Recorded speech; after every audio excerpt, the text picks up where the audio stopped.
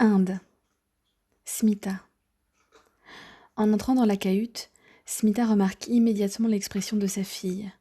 Elle s'est hâtée de finir sa tournée, ne s'est pas arrêtée chez la voisine pour partager les restes des Jats comme elle en a l'habitude.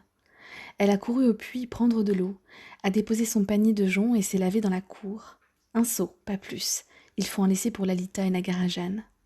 Tous les soirs, avant de passer le seuil de sa maison, Smita frotte 3 fois son corps avec du savon. Elle refuse de ramener l'odeur infâme chez elle. Elle ne veut pas que sa fille et son mari l'associent à cette puanteur. Cette odeur, l'odeur de la merde des autres, ce n'est pas elle. Elle ne veut pas être réduite à ça. Alors elle frotte, de toutes ses forces, ses mains, ses pieds, son corps, son visage. Elle frotte à s'en arracher la peau, derrière ce bout de tissu qui lui sert de paravent, dans le fond de cette cour, à l'orée du village de Badlapur, aux confins de l'Uttar Pradesh. Smita se sèche et met des vêtements propres avant d'entrer dans la cahute. Lalita est assise dans un coin, les genoux serrés contre la poitrine. Elle a le regard fixe, rivé au sol. Sur son visage flotte une expression que sa mère ne lui connaît pas. Un mélange indéfinissable de colère et de tristesse. « Qu'est-ce que tu as ?» L'enfant ne répond pas. Elle ne desserre pas les mâchoires. « Dis-moi, raconte, parle !» Lalita reste muette, le regard dans le vide, comme si elle fixait un point imaginaire qu'elle est la seule à voir, un lieu inaccessible, loin de la cahute, loin du village, où personne ne peut l'atteindre, pas même sa mère. Smita s'énerve. « Parle !» L'enfant se recroqueville, rentre en elle-même comme un escargot effrayé dans sa coquille. Il serait facile de la secouer, de crier, la forcer à parler. Mais Smita connaît sa fille. Elle ne tirera rien d'elle ainsi. Dans son ventre, le papillon s'est transformé en crabe. Un sentiment d'angoisse l'étreint. Que s'est-il donc passé à l'école ? Elle ne connaît pas ce monde-là. Pourtant, elle y a envoyé sa fille, son trésor. A-t-elle eu tort ? Que lui ont-ils fait ? Elle observe l'enfant. Dans son dos, le sari semble déchiré. Un accroc. Oui, c'est un accroc. Qu'est-ce que tu as fait ? Tu t'es sali ? Où est-ce que tu as traîné ? Smita attrape la main de sa fille et la tire à elle pour la décoller du mur. Le sari neuf, qu'elle a cousu des heures durant, nuit après nuit, renonçant à dormir pour qu'il soit prêt à temps, ce sari qui fait sa fierté est déchiré, abîmé, souillé. « Tu l'as déchiré ? Regarde !» Smita se met à crier, furieuse avant de se figer. Un doute terrible s'est emparé d'elle. Elle entraîne Lalita dans la cour au grand jour. L'intérieur de la cahute est sombre et ne laisse guère entrer la lumière. Elle entreprend de la déshabiller, lui ôtant vigoureusement le sari. Lalita n'oppose pas de résistance. L'étoffe cède facilement. Le vêtement est un peu grand pour elle. Smita tressaille en découvrant le dos de l'enfant. Il est zébré de marques rouges. Des traces de coups. La peau est fendue par endroits, à vif. Rouge vermillon, comme son bindi. « Qui t'a fait ça ? Dis-moi, qui t'a frappé ?» La petite fille baisse les yeux et laisse échapper 2 mots. 2 mots seulement. Le maître. Le visage de Smita s'empourpre. La jugulaire dans son cou se gonfle sous l'effet de la colère. Lalita a horreur de cette petite veine en saillie qui lui fait peur. Sa mère est si calme d'habitude. Smita attrape l'enfant et la secoue. Son petit corps nu vacille comme une brindille. « Pourquoi ? Qu'as-tu fait ? Tu n'as pas obéi ?» Elle explose. Sa fille désobéissante, le jour de la rentrée. C'est sûr, le maître ne voudra pas la reprendre. Tous ses espoirs envolés, ses efforts anéantis. Elle sait ce que cela veut dire. Le retour aux latrines, à la fange, à la merde des autres, à ce panier maudit dont elle voulait tant la préserver. Smita n'a jamais été violente. Elle n'a jamais frappé personne. Mais elle sent soudain monter en elle une bouffée de rage incontrôlée. C'est un sentiment nouveau qui l'envahit tout entière. Une marée qui recouvre la digue de sa raison et la submerge. Elle gifle l'enfant. Lalita se recroqueville sous les coups. Elle protège son visage de ses mains du mieux qu'elle peut. Nagarajan est en train de rentrer des champs lorsqu'il entend des cris dans la cour. Il se précipite. Il s'interpose entre sa femme et sa fille. « Arrête, Smita !» Il intervient, il parvient à la repousser et prend Lalita dans ses bras. Elle est secouée de sanglots, il découvre les marques de coups dans son dos, les zébrures sur la peau fendue. Il serre l'enfant contre lui. « Elle a désobéi au brahman !» hurle Smita. Nagarajan se tourne vers sa fille, toujours dans ses bras. « C'est vrai ?» Après un moment de silence, Lalita finit par lâcher cette phrase qui vient les gifler tous les deux. « Il voulait que je balaye la classe. » Smita s'est figée. Lalita a parlé tout bas. Elle n'est pas sûre d'avoir bien entendu. Elle l'a fait répéter. « Qu'est-ce que tu dis ? » « Il voulait que je balaye devant les autres. » J'ai dit non. Redoutant de nouveaux coups, l'enfant se recroqueville. Elle devient plus petite soudain, comme si elle rétrécissait sous l'effet de la peur. Smita a le souffle coupé. Elle attire à elle la fillette, la serre aussi fort que ses frêles membres le lui permettent, et se met à pleurer. Lalita enfouit sa tête dans le cou de sa mère en signe d'abandon et de paix. Elle reste longtemps ainsi, sous le regard désemparé de Nagarajan. C'est la première fois qu'il voit sa femme pleurer. Devant les épreuves que la vie leur a imposées, elle n'a jamais flanché, jamais cédé. C'est une femme forte et volontaire. Mais pas aujourd'hui. Serrée contre le corps de sa fille meurtrie et humiliée, elle redevient une enfant comme elle, et pleure ses espoirs déçus, cette vie dont elle a tant rêvé et qu'elle ne pourra pas lui offrir parce qu'il y aura toujours des jats et des brahmanes pour le rappeler qui ils sont et d'où ils viennent.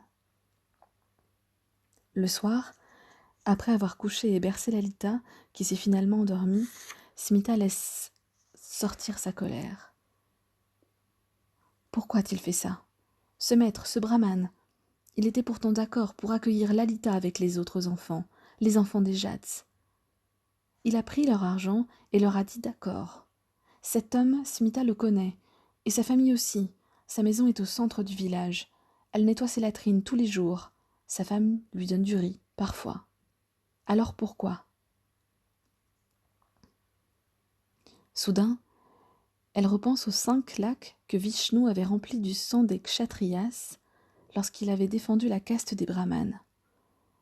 Ce sont eux les lettrés, les prêtres, les éclairés, au-dessus de toutes les autres castes, au sommet de l'humanité. Pourquoi s'en prendre à Lalita ? Sa fille n'est pas un danger pour eux. Elle ne menace ni leur savoir, ni leur position. Alors pourquoi la replonger ainsi dans la fange ? Pourquoi ne pas lui apprendre à lire et à écrire comme les autres enfants ? Balayer la classe, ça veut dire tu n'as pas le droit d'être ici. Tu es une Dalit, une scavenger. Ainsi, tu resteras. Ainsi, tu vivras. Tu mourras dans la merde comme ta mère et ta grand-mère avant toi, comme tes enfants, tes petits-enfants et tous ceux de ta descendance. Il n'y aura rien d'autre pour vous, les intouchables. Rebut de l'humanité, rien d'autre que ça, cette odeur infâme, pour les siècles et les siècles, juste la merde des autres, la merde du monde entier à ramasser. Lalita ne s'est pas laissée faire. Elle a dit non. À cette pensée, Smita se sent fière de sa fille. Cet enfant de 6 ans, à peine plus haute qu'un tabouret, a regardé le brahman dans les yeux et lui a dit non. Il l'a attrapée, l'a frappée avec sa baguette en jonc, au milieu de la classe, devant tous les autres. Lalita n'a pas pleuré, n'a pas crié. Elle n'a pas émis un seul son. Lorsque l'heure du déjeuner a sonné, le brahman l'a privée de repas. Il a confisqué la boîte en fer que Smita avait préparée pour elle. La petite fille n'a même pas eu le droit de s'asseoir, juste celui de regarder les autres manger. Elle n'a pas réclamé, n'a pas mendié. Elle est restée debout, seule, digne. Oui. Smita se sent fière de sa fille. Elle mange peut-être du rat, mais elle a plus de force que tous ces brahmanes et ces jats réunis. Ils ne l'ont pas domptée, pas écrasée. Ils l'ont rouée de coups, zébrée de cicatrices, mais elle est là, au-dedans d'elle-même, intacte. Nagarajan n'est pas d'accord avec sa femme. Lalita aurait dû céder, passer le balai. Après tout, ce n'est pas si terrible un coup de balai, ça fait moins mal qu'un coup de baguette en jonc. Smita explose. Comment peut-il parler ainsi ? L'école est faite pour instruire, non pour asservir. Elle va aller lui parler. Au brahman. Elle sait où il habite. Elle connaît la porte dérobée à l'arrière de sa maison. Elle y entre tous les jours, avec son panier pour nettoyer sa fange. Nagarajan la retient. Elle ne gagnera rien à affronter le brahman. Il est plus puissant qu'elle. Tous sont plus puissants qu'elle. Lalita doit accepter ses brimades, si elle veut retourner à l'école. C'est à ce prix qu'elle apprendra à lire et à écrire. C'est ainsi dans leur monde, on ne sort pas impunément de sa caste. Tout se paye ici. Smita dévisage son mari en tremblant de colère. Elle ne laissera pas son enfant devenir le bouc émissaire du brahman. Comment ose-t-il l'imaginer? Comment peut-il même y penser? Il devrait prendre sa défense, s'insurger, lutter contre le monde entier pour sa fille. N'est-ce pas ce que se doit faire un père? Smita préférerait mourir que de l'envoyer à nouveau à l'école. Lalita n'y mettra plus les pieds. Elle maudit cette société qui écrase ses faibles, ses femmes, ses enfants, tout ce qu'elle devrait protéger. Soit, répond Nagarajan. Lalita n'y retournera pas. Demain, Smita l'emmènera avec elle pour sa tournée. Elle lui apprendra le métier de sa mère et de sa grand-mère. Elle lui transmettra son panier. Après tout, c'est ce que font les femmes de sa famille depuis des siècles. C'est son dharma. Smita a eu tort d'espérer autre chose pour elle. Elle a voulu sortir de sa route, de chemin qui était tracé. Le brahman l'y a reconduite à grands coups de baguette en jonc. La discussion est terminée. Ce soir-là, Smita prie devant le petit autel consacré à Vishnu. Elle sait qu'elle ne pourra pas trouver le sommeil. Elle repense aux 5 lacs de sang et se demande combien de lacs de leur sang à eux, les intouchables, il faudra remplir pour les libérer de ce joug millénaire. Ils sont des millions comme elle, des masses résignées, attendant la mort. Tout ira mieux dans une vie prochaine, disait sa mère, à moins que le cycle infernal des réincarnations ne cesse. Le nirvana, l'ultime destination, voilà ce qu'elle espérait. Mourir près du Gange, le fleuve sacré était son rêve. On dit qu'après le cycle infernal de la vie s'arrête. Ne plus renaître. Se fondre dans l'absolu, le cosmos, voilà le but suprême. Cette chance n'est pas donnée à tout le monde, disait-elle. D'autres sont condamnés à vivre. L'ordre des choses doit être accepté, comme une sanction divine. C'est ainsi. L'éternité se mérite. En attendant l'éternité, les Dalits courbent les chines. Mais pas Smita. Pas aujourd'hui. Pour elle-même, elle a accepté ce sort comme une cruelle fatalité, mais ils n'auront pas sa fille. Elle en fait la promesse, là, devant l'autel dédié à Vishnu, au milieu de la cahute sombre où son mari dort déjà. Non, ils n'auront pas Lalita. Sa révolte est silencieuse, inaudible, presque invisible. Mais elle est là. Partir. Cette pensée s'est imposée à Smita comme une injonction du ciel. Il faut quitter le village. Lalita ne retournera pas à l'école. Le maître l'a battue après qu'elle a refusé de balayer la classe devant ses camarades. Plus tard, ses enfants deviendront des fermiers dont elle devra vider les latrines. De cela, il n'en est pas question. Smita ne le permettra pas. Elle a entendu une fois cette phrase de Gandhi, citée par un médecin qu'elle avait rencontré dans un dispensaire du village voisin. « Nul ne doit toucher de ses mains les excréments humains. » À ce qu'il paraît, le Mahatma avait déclaré le statut d'intouchable illégal, contraire à la Constitution et aux droits de l'homme, mais depuis, rien n'a changé. La plupart du Dalit acceptent leur sort sans protester. D'autres se convertissent au bouddhisme pour échapper au système des castes, à la manière de Baba Chabé, le maître spirituel des Dalits. Smita a entendu parler de ces grandes cérémonies collectives où ils sont des milliers à changer de religion. Des lois anti-conversion ont même été promulguées pour tenter de contenir ces mouvements qui affaiblissent le pouvoir des autorités. Les candidats à la conversion doivent désormais obtenir une autorisation sous peine de poursuites judiciaires. Un détail qui ne manque pas d'ironie, autant demander à son geôlier la permission de s'évader. Smita ne peut se résoudre à ce choix. Elle est trop attachée à ses divinités que ses parents vénéraient avant elle. Plus que tout, elle croit en la protection de Vishnu. C'est à lui qu'elle adresse ses prières matin et soir, depuis qu'elle est née. À lui qu'elle confie ses rêves, ses doutes et ses espoirs. L'abandon la ferait trop souffrir. L'absence de Vishnu laisserait un vide en elle, impossible à combler. Elle se sentirait plus orpheline encore qu'à la mort de ses parents.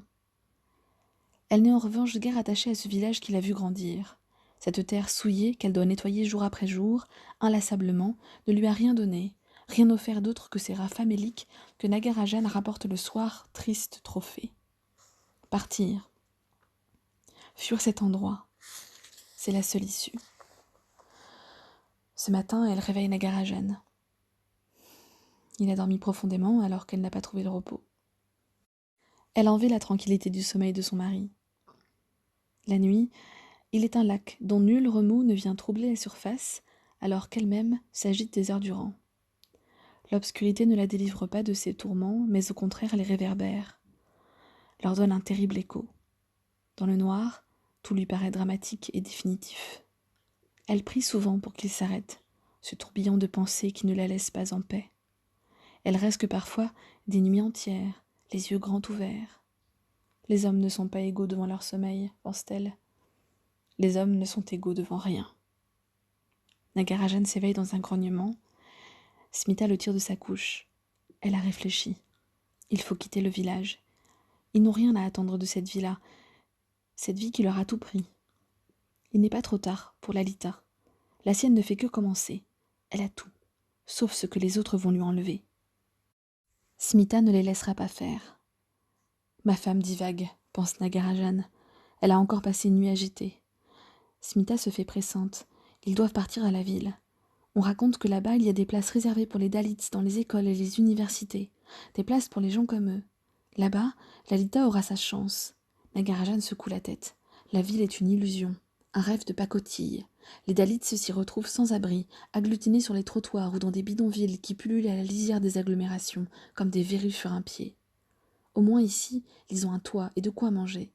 Smita s'enflamme. Ils mangent du rat et ramassent de la merde. Là-bas, ils trouveront un travail, ils seront dignes. Elle se sent prête à relever le défi. Elle est courageuse, dure au mal. Elle prendra tout ce qu'on lui proposera, tout, plutôt que cette vie-là. Elle le supplie. Pour elle, pour eux, pour Lalita. Nagarajan est tout à fait éveillée à présent. A-t-elle perdu la tête? Pense-t-elle qu'elle peut disposer ainsi de sa vie? Il lui rappelle alors cette histoire terrible qui a agité le village il y a quelque temps. La fille d'un de leurs voisins, une Dalit, comme elle, avait décidé de partir pour étudier en ville. Les Jats l'ont attrapée alors qu'elle fuyait à travers la campagne. Ils l'ont emmenée dans un champ, reculée, et l'ont violée, à 8, 2 jours durant. Lorsqu'elle est rentrée chez ses parents, elle pouvait à peine marcher. Ces derniers sont allés porter plainte auprès du Panchayat, le conseil du village, qui fait autorité ici. Bien sûr, il est aux mains des Jats. Il n'y siège ni femme, ni Dalits, comme ce devrait pourtant être le cas. Chaque décision du conseil a force de loi, même si elle va à l'encontre de la constitution indienne. Cette justice parallèle n'est jamais discutée. Le conseil a proposé quelques billets à la famille pour la dédommager, en échange du retrait de la plainte. Mais la jeune femme a refusé l'argent de la honte. Son père a tenté de la soutenir, puis a fini par ployer sous la pression de la communauté et s'est donné la mort, abandonnant sa famille sans ressources, condamnant sa femme au terrible statut de veuve. Elle et ses enfants ont été bannis du village, contraints d'abandonner leur maison. Ils ont fini dans le dénuement le plus total, au bord d'une route, dans un fossé. Cette histoire, Smita la connaît. Pas besoin de la lui rappeler. Elle sait qu'ici, dans son pays, les victimes de viol sont considérées comme les coupables. Il n'y a pas de respect pour les femmes, encore moins si elles sont intouchables. Ces êtres qu'on ne doit pas toucher, même pas à regarder, on les viole pourtant sans vergogne. On punit l'homme qui a des dettes en violant sa femme. On punit celui qui fraye avec une femme mariée en violant ses sœurs. Le viol est une arme puissante, une arme de destruction massive. Certains parlent d'épidémie. Une récente décision d'un conseil du village a défrayé la chronique près d'ici. 2 jeunes femmes ont été condamnées à être déshabillées et violées en place publique pour expier le crime de leur père, parti avec une femme mariée de caste supérieure. Leur sentence a été exécutée. Nagarajan tente de raisonner Smita, Fuir, c'est la promesse de représailles terribles. Ils s'en prendront aussi à Lalita. La vie d'une enfant ne vaut pas plus que la sienne. Ils les violeront toutes les deux et les pendront à un arbre, comme ces deux jeunes Dalits d'un village voisin le mois dernier. Smita a déjà entendu ce chiffre qui l'a fait frissonner. 2 millions de femmes assassinées dans le pays, chaque année. 2 millions. Victimes de la barbarie des hommes, tuées dans l'indifférence générale. Le monde entier s'en fiche. Le monde entier les a abandonnés. Qui croit-elle donc être, face à cette violence, cette avalanche de haine? Pense-t-elle pouvoir y échapper? Se croit-elle plus forte que les autres? Ces arguments terrifiants ne viennent pas à bout de l'opiniâtreté de Smita. Ils partiront la nuit. Elle préparera leur départ en cachette. Ils rejoindront Varasani, la ville sacrée à 100 kilomètres. De là, ils prendront un train pour traverser l'Inde jusqu'à Chennai. Des cousins de sa mère vivent là-bas. Ils les aideront. La ville est au bord de la mer. On raconte qu'un homme a créé des communautés de pêcheurs pour les scavengers, les gens comme elle. Il existe aussi des écoles pour les enfants Dalits. Lalita saura lire et écrire. Ils trouveront du travail. Ils n'auront plus à manger du rat. Nagarajan dévisage Smita, incrédule. Avec quel argent paieront-ils le voyage? Les billets de train coûtent plus cher que tous leurs biens réunis. Ils ont donné leurs maigres économies aux brahmanes pour envoyer Lita à l'école. Il ne leur reste rien. Smita baisse la voix. Elle est exténuée par des nuits sans sommeil, mais étrangement, elle semble plus forte que jamais. Là, dans l'obscurité de la cahute, il faut aller reprendre l'argent. Elle sait où il se trouve. Elle a vu la femme du brahman ranger leurs économies une fois dans la cuisine, alors qu'elle entrait chez eux pour vider leur latrine. Elle y va tous les jours. Il suffirait d'un instant pour... Nagarajan explose. Quelle Asura s'est donc emparée d'elle. Son projet terrible va les faire tuer, elle et toute la famille. Il aime encore mieux ramasser des rats toute sa vie et attraper la rage que la suivre dans ses plans insensés. Si Smita se fait prendre, ils périront tous, et de la pire façon qui soit. Ce jeu dangereux n'en vaut pas la chandelle. Il n'y a pas d'espoir à Chennai pour eux, pas plus qu'ailleurs. L'espoir n'est pas dans cette vie-là, mais dans la prochaine. S'ils se conduisent bien, le cycle de réincarnation leur sera peut-être clément. Secrètement, Nagarajan rêve d'être réincarné en rat. Pas ces rats hirsutes et affamés qu'il chasse à main nue dans ses champs et fait griller le soir, mais les rats sacrés du temple de Deshnok, près de la frontière pakistanaise, où son père l'a amené une fois alors qu'il était enfant. Les surmulots du temple sont au nombre de 20 000. Considérés comme des dieux, ils sont protégés et nourris par la population qui leur apporte du lait. Le prêtre est chargé de veiller sur eux. De partout on vient leur porter des offrandes. Nagarajan se souvient de l'histoire de la déesse Carminata qui lui avait raconté son père. Elle avait perdu un enfant et supplié qu'on le lui rende. Mais il s'était réincarné en rat. Le temple avait été bâti en hommage à ce fils perdu. À force de passer ses journées dans les champs à chasser les rongeurs, Nagarajan a fini par les prendre en estime. Ils lui sont devenus étrangement familiers. Un peu comme le justicier éprouve du respect pour le bandit qu'il poursuit toute sa vie. Finalement, se dit-il, ces créatures sont comme lui. Elles ont faim et cherchent à survivre. Oui, il serait doux d'être réincarné en rat dans le temple de Deshnok et de passer sa vie à boire du lait. C'est une idée qui le berce parfois, après ses journées de dur labeur, et l'aide à s'endormir. C'est une étrange berceuse, mais qu'importe, c'est la sienne. Smita n'a nulle envie d'attendre la vie prochaine. C'est cette vie-là qu'elle veut, maintenant, pour elle et Lalita. Elle évoque cette femme Dalit parvenue au sommet de l'État, Kumari Mayawati, aujourd'hui la plus riche femme du pays, une intouchable devenue gouverneure. On dit qu'elle se déplace en hélicoptère. Elle n'a pas courbé l'échine, elle n'a pas attendu que la mort la délivre de cette vie. Elle s'est battue pour elle-même, pour eux tous. Nagarajan s'énerve de plus belle.